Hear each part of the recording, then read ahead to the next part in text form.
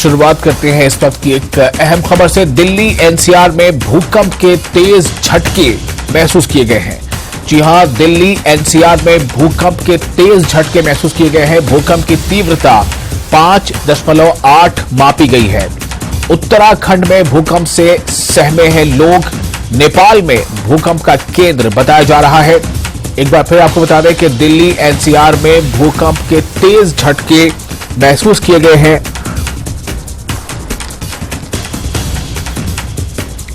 और भूकंप की तीव्रता जो है वो 5.8 मापी गई है।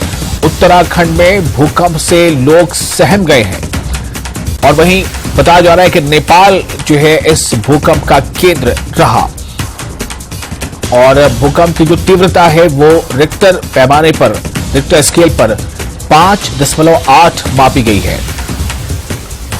तो इसको देखते हुए कहा जा सकता है कि इसमें काफी कुछ ये डरावना रहा होगा, क्योंकि दिल्ली एनसीआर में भूकंप के तेज झटके महसूस किए गए हैं। भूकंप की तीव्रता 5.8 मापी गई है।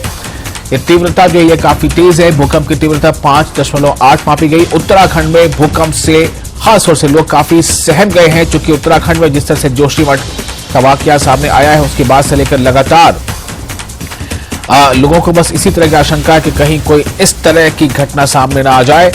तो जो खबर हमें यहां पर मिल रही है उसके मुताबिक तीव्रता जो है इसकी 5.8 मापी गई है और उत्तराखंड में भूकंप से लोग काफी सहमे हुए हैं। नेपाल में भूकंप का केंद्र बताया गया है।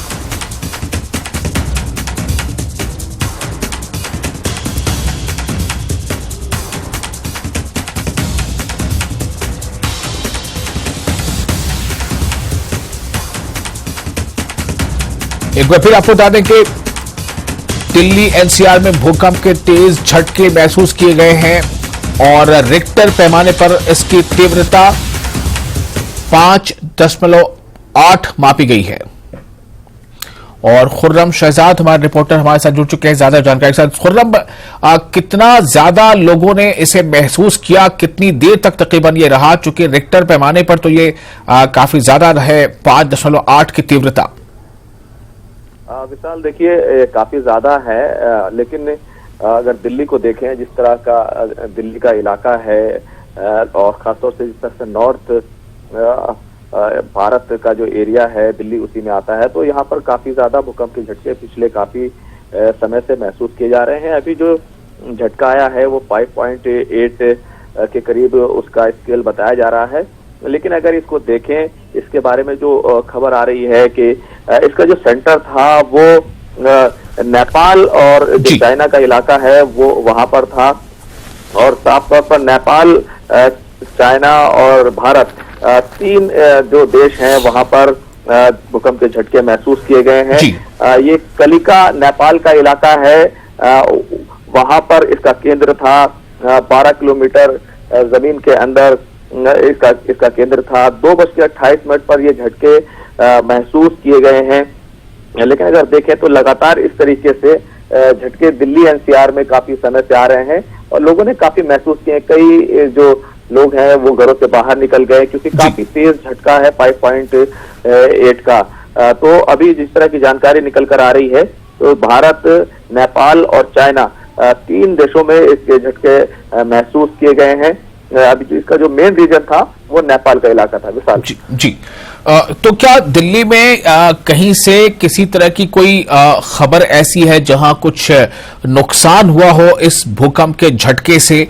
और वहीं साथ ही साथ उत्तराखंड के बारे में यह बताया जा रहा है कि उत्तराखंड में भूकंप से लोग काफी सहम गए हैं, क्योंकि उत्तराखंड में जो जोशीमठ में जिस तरह से लोगों के घरों में दरारें पड़ रही हैं और जमीन खिसकने की जो बातें सामने आ रही हैं, तो क्या दिल्ली से या उत्तराखंड से कहीं से कोई ऐसी खबर अभी है जिसमें पता चला हो कि किसी तरह का नुकसान देखने को मिला हो?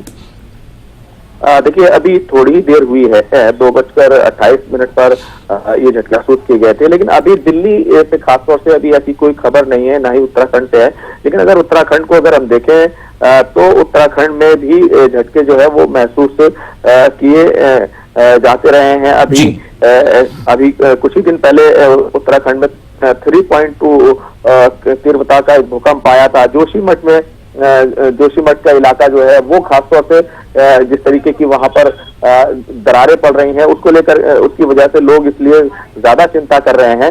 लेकिन अभी जो जानकारी अभी तक जो आ रही है उसमें किसी तरह के नुकसान की फिलहाल अभी तक खबर नहीं है विशाल जी।